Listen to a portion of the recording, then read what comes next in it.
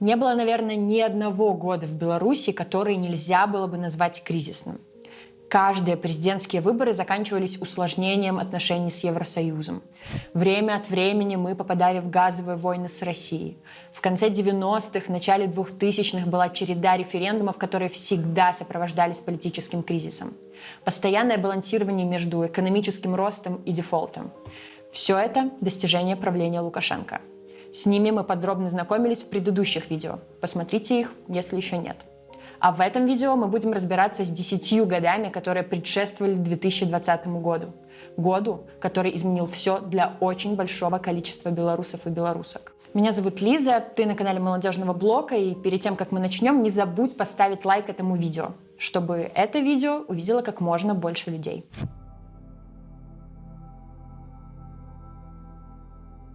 В прошлом видео мы остановились на президентских выборах 2010 года. Мы уже знаем, что та президентская кампания закончилась протестами и волной репрессий, по тем временам совершенно невиданной и ужасающей. Это мы сейчас знаем, что может быть и хуже. В общем, большинство кандидатов были отпущены. Свой срок до конца осталось и сидеть только Статкевич, который принципиально отказался просить помилования у Лукашенко. Статкевич выйдет на свободу только в 2015 году, тоже по помилованию Лукашенко, но без всяких просьб. Но до 2015 года мы доберемся чуть позже, а пока переходим к следующему году. Весь 2011 год ознаменован экономическим кризисом. В 2008 году в Беларуси не особо почувствовали экономический кризис и хвалили Лукашенко лично, ведь он спас от голодных времен. Но экономика – это все-таки наука, и ручное управление ей всегда выходит боком. Так получилось и в этот раз. Многочасовые очереди в банкоматы, обменники, дефицит продуктов питания, которые подорожали в 2 раза, задержки по выплате зарплат, галопирующая инфляция, 600 тысяч человек без работы. Это все не про 90-е, а про не такой уж и далекий 2011 год. Спасая экономику от краха, государству все-таки пришлось отпустить курс доллара и продавать его по рыночной стоимости, из-за чего средняя зарплата в Беларуси в долларовом эквиваленте уменьшилась с $500 до 300. Ошибки предыдущих лет не были никак учтены. Беларусь отказалась идти на реформы экономики, которые от нее требовал и МВФ, и Россия. А именно к ним Беларусь обратилась за вливаниями в экономику, чтобы уменьшить последствия кризиса. Кроме того, весной 2011 года на станции метро Октябрьская происходит взрыв. Уже через 2 часа Лукашенко был на месте с самого взрыва и зачем-то взял с собой своего 6-летнего сына Колю. А еще через полгода Владислав Ковалев и Дмитрий Коновалов были признаны виновными и приговорены к смертной казни. Их же обвинили в еще 11 взрывах на территории Беларуси, большинство из которых были охарактеризованы как хулиганство. Дело многие считают показательным. Очень скорое задержание подозреваемых, кардинальное расхождение в показаниях, признания, которые как будто считаны с бумажки. К тому же ни подозреваемые, ни суд не смогли объяснить мотивы действий. Вся ситуация в Беларуси тогда была настолько ужасная, что не могло обойтись и без протестов. Тогда была избрана тактика молчаливых протестов. Люди собирались на площадях городов, просто стояли и хлопали. Эти протесты знамениты также всякими безумными приговорами. Например, в Гродно однорукого белоруса приговорили к 15 суткам за хлопки. В общем, Беларусь не очень понятно каким образом, но все-таки удержалась на плаву, и дефолта не произошло. Но можно со 100% уверенностью сказать, что мы так и не вышли из кризиса 2011 года. И ручное управление экономикой нам точно аукнется еще большими проблемами. Главной темой 2014 года, конечно, стала начавшаяся война на востоке Украины и оккупация Крыма. Для Лукашенко это оказалось настоящим праздником на трупах. Он радостно начал устраивать переговоры в Минске. К тому же он нехило так испугался. До 2022 года он даже ни разу не признавал Крым российским. А в 2014 году вообще заявил, что перекраивать границы нельзя. Здесь многие говорят, что там Крым когда-то неправильно отошел к Украине, что это вот территория исконно там российская и так далее. Это неправильный подход. Ну, давайте тогда вернемся во времена хана Батыя, там, во времена монголо-татарского ига. Ну, тогда надо будет отдать Казахстану, Монголии или еще кому-то всю территорию практически России, Западной Европы, Восточной Европы. Ну, кроме Беларуси, они до нас как-то дошли, но нас не тронули. Видимо, понял, что соседство с Россией – это не только про дешевый газ, но и про возможность для него лишиться власти. В общем, Лукашенко отлично поработал официантом, ну и впервые создал себе образ миротворца и великого решателя горячих конфликтов. Пожалуйста. Может, вам кофе? Вы пьете кофе? Нет, спасибо. Мы хотим каждую секунду. Вы хотите кофе? Мы вам не мешаем секунды задавать. Принесите нам кофе. А еще в 2014 году создали Евразийский экономический союз. Очевидно, что там было местечко и для Украины, но 2013 и 2014 год четко показали, что Украине не по пути с Россией и ее сателлитами. Экономическая ситуация в Беларуси в 2014 году снова начала ухудшаться. После кризисного 2011 года доходы белорусов в 2012-2013 годах росли. Например, только за 2013 год реальные доходы белорусов выросли на 17%.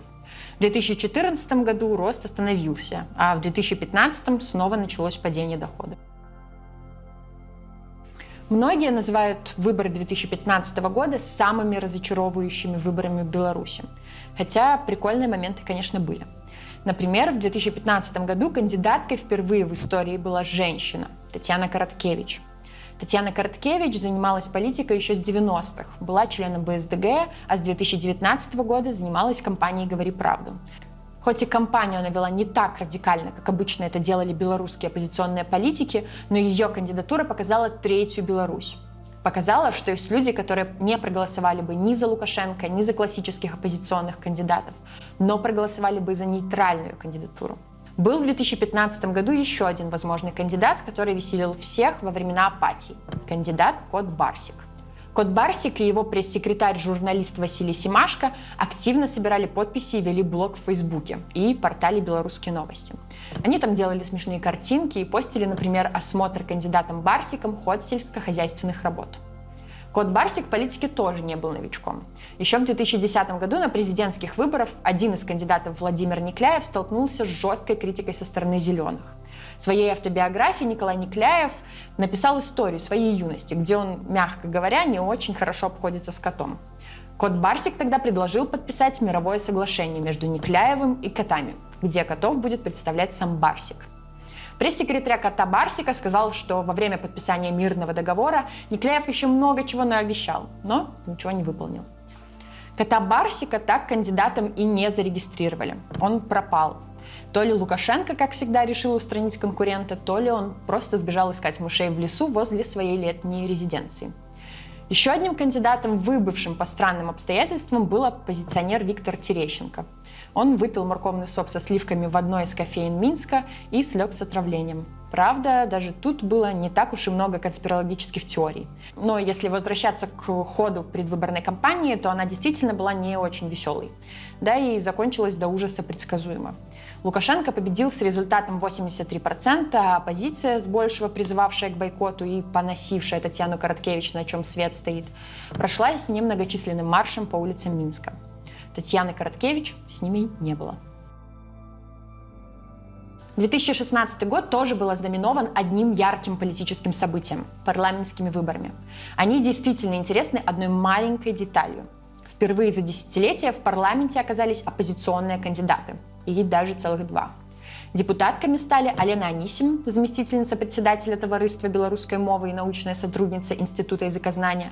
Кроме того, депутатским мандатом обзавелась Анна Конопадская, предпринимательница, юристка и член общественного объединения «Объединенная гражданская партия». Правда, с ней же по округу выдвигалась Татьяна Короткевич, и все пророчили победу именно ей, параллельно обвиняя в договоренностях с действующей властью.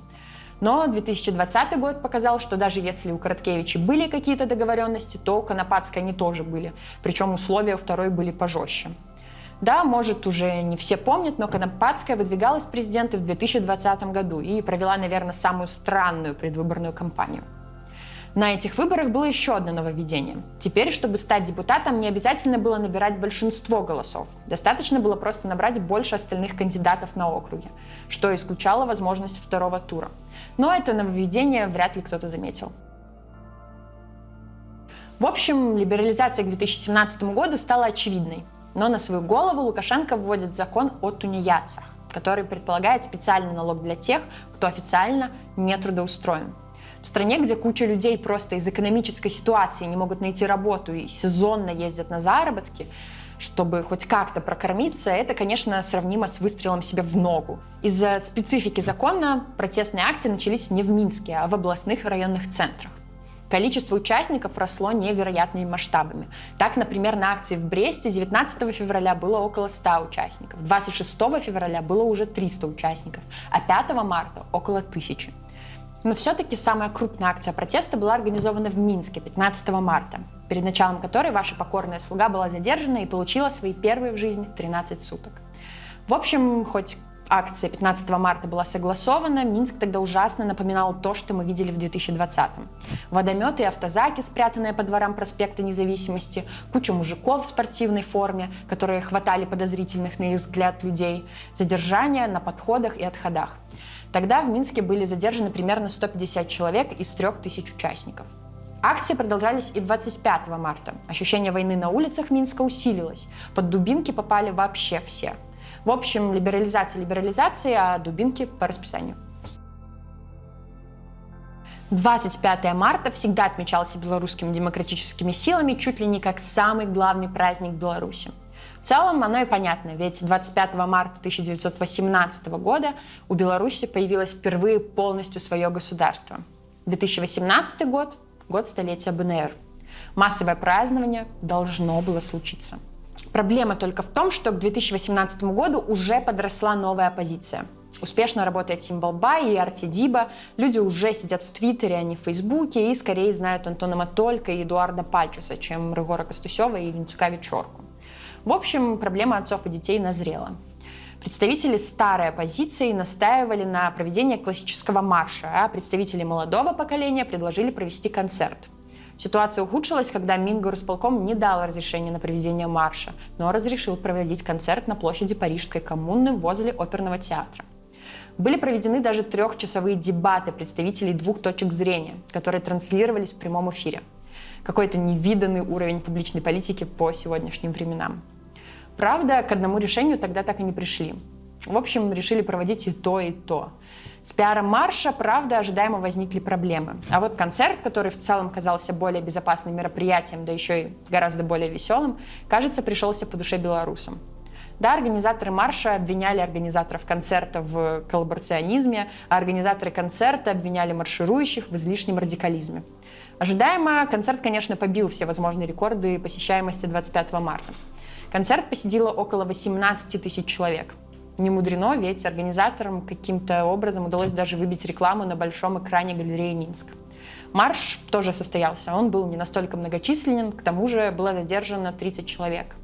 Концерт стал, наверное, самым вдохновляющим событием последних 10 лет для белорусов. Начиная с кризиса 2008-го у белорусов совсем не было передышек от бесконечной череды разочарований. А тут праздник в центре Минска, хоть, как тогда и говорили, он и был в загоне. Зато невероятная возможность увидеть и почувствовать, что ты ни один не согласен с Лукашенко и всем, что происходит в стране. И снова в Беларуси год абсолютно неспокойный. 2019 год в Беларуси должен был быть предвыборным. Но Лукашенко решает развести 2 избирательные кампании и летом 2019 назначает парламентские выборы. Они должны состояться осенью 2019. Какая-то неизвестная девочка Лиза подает жалобу на Лукашенко, ведь из-за переноса выборов она не может избираться в парламент. Дело, конечно, ничем не заканчивается, суд отклоняет жалобу с формулировкой, что граждане Беларуси не могут обжаловать решение президента. Дата парламентских выборов остается неизменной. 17 ноября должен состояться основной день голосования. Кампании парламентских выборов исконно считались одними из самых скучных. Если президентские кампании хотя бы пытались создавать ощущение политической борьбы, то парламентские выборы всегда были чистой фикцией. Кто-то куда-то выдвигается, и все всегда знают, кто победит. Именно тогда мы решили, что парламентская кампания – это отличная возможность, чтобы показать обществу, что у молодежи есть свои проблемы, которые с большего замалчиваются. Так и образовался молодежный блок. И мы решили заявить о себе, как о молодых политиках. Было весело, может, про это тоже когда-нибудь сделаем видос. После парламентской кампании в Беларуси, правда, спокойнее не стало. Стало известно, что к подписанию готовятся дорожные карты об интеграции с Россией. Мне сейчас даже сложно сказать, почему тогда это всех так взбудоражило. Интеграционные процессы шли давно, но тут они почему-то активизировались. Неожиданно и, кажется, для всех, на улицы в Минске выходили тысячи людей, чтобы показать, что никакая интеграция нам не нужна. Ходили слухи, что подписывать дорожные карты намереваются 8 декабря, к 20-летию подписания договора о создании союзного государства. Но этого не происходит. Качанова заявляет: позиция нашей страны остается неизменной. Развитие интеграции должно осуществляться с учетом национальных интересов и строго на основе принципов, заложенных в договоре.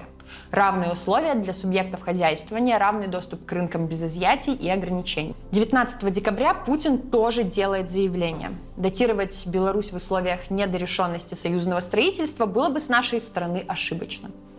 20 декабря на Октябрьской площади собирается огромная толпа людей, для тех времен, конечно, и идет маршем к площади Ленина. Господи, я как будто про 1919 год рассказываю, а не про 2019. В общем, тогда дорожные карты не утверждаются, зато утвердятся позже, в 2021 году. На этом мы заканчиваем быстрое путешествие во времена, когда протест еще не был мейнстримом. По-моему, эти 10 лет были как раз тем местом, где потихоньку сходились все факторы, которые привели нас в 2020 году к революционной ситуации. Но в целом это может быть и не так. Думаю, единственный урок, который можно вынести из этой экскурсии в прошлое, что все происходит, условия меняются, политические заключенные выходят, протесты возникают снова и снова. Мы обязательно дождемся победы. Оставайтесь с нами на связи. Не забудьте поставить лайк и подписаться на наш канал. Пока!